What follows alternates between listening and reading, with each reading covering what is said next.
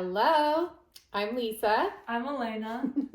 Welcome to our series of trying to bring you yoga postures and movements that you can refine and just have make sense in your body. Everybody's bodies are different. Everyone has these individual stories that their bodies tell and different traumas that they've been through and experiences, and their bodies hold patterns. So when we try to throw ourselves or put ourselves into a yoga pose, everyone needs something just a little different. So Alana here came today and had a couple poses in mind for you all.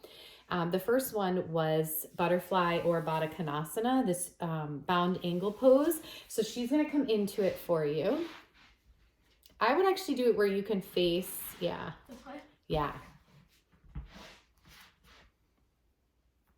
Okay, so how's that feeling for you right now, currently? My hips kind of feel tight, so I feel like I'm not totally like relaxed into it. Okay, so for my purposes, your hip joints there and there are just kind of dangling in space. So there's not a ton of support. Now, people have this idea that if you do this long enough and you just keep doing it over and over and over, that your hips will eventually open. And that's not really the case. This is a passive pose. You're just hanging out into it. Gravity's pressing against your legs, right? Helping to open them up. But it isn't necessarily a good long-term strategy for your hips. So one of the things that I'm going to have you do, you ready? Is just clench both buttocks. So clench both as hard as you can. So what this is doing is keeping her hip joints a little bit more nestled. And so this knee came down just a little bit more. Did you see that? Can you see I felt it? You felt it. Yeah. Yeah, just through that. Now, so there's something going on with this left hip where it's just a little bit, what people would say, tighter. And I would say it's probably just a little less mobile in this range. So keep clenching. And now release that. Release the clench. And then just how do your hips feel in general? Different? The same? They feel different. This one, now that you mention it, does feel like it's a little bit more open. So yeah. What we did was show the nervous system that you have strength in that area. So it gives up some mobility. Okay. So it gives up some of this tightness that it has there. Okay, so now what I'm going to have you do is press your feet against one another. So push them into one another. And clench your buttocks at the same time. Okay, so from my perspective, it looks like the knee angle is getting more even throughout. Good, now relax the feet, relax the buttocks. Okay, now I'm gonna have you just roll towards one knee. So roll onto that thigh knee and then roll to the other side. And you can do it where you're sort of upright, just going side to side. So now you're trying to allow more of the side of the hip to touch the floor. Ooh. Is that the floor? Yeah. You thought it was my head cracking. So her right side doesn't have as much give. Like it's not wanting to, so from what I see, doesn't want to even touch the floor or go into that angle. Whereas the left side goes right to the floor, which looks like it's more tight in the first place, but it has a little bit more play and give than the other side. Okay, so come back to center.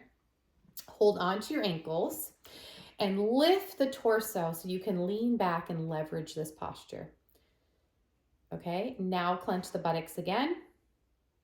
I saw a lot of movement. Did you feel it? Yeah. And now push your feet together at the same time. Clench the buttocks, push your feet together. Okay, way more refined. Yeah, and then let that go. Okay, so bring your legs straight and just give them a big shake. Okay, now we always want to do things in opposites, right? So if our hip is working on external rotation, which it just was, we want to work on internal rotation where they come in. So your feet are going to go wide and your knees are going to come in towards one another. And does that feel weird? A little bit. Kinda. More inwards, yeah. Yeah. Now, Alana and I have known each other since she was a kid, but I don't know what her physical practice is. And I'm pretty sure she probably never practices internal rotation, do you? Yeah, like never. So this is going to feel super awkward. But in order to have a good strategy for your hips and strength, we want internal rotation and external rotation. So squeeze your thighs together, push, Yeah. Does that feel weird? It almost feels like uncomfortable. It's forcing a rotation that you're not used to. Let it relax. And then again, squeeze. Let it relax. And one more, squeeze. Bizarre, right? Let it go. Now go back to your Baddha Konasana. And what do you feel there? Just comfort. More comfort, yeah. So for me, it looks a little bit more level across here, whereas this knee was much higher last time. So over time, this stuff starts to just build into more and more comfort. I wouldn't have people just sit in this for a long period of time. I would have them work on the strength that would help the rotation. So anything you want to say to that?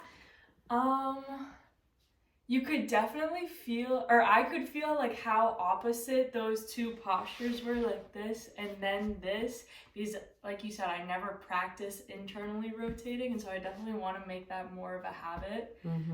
But yeah, and it's going to balance out. See how you're sitting just cross-legged? This is really good. You want to be able to internally rotate where it's just as much comfort.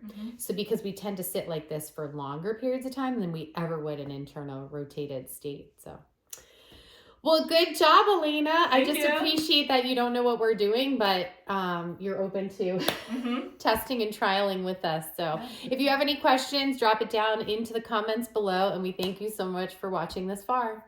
Bye. Bye.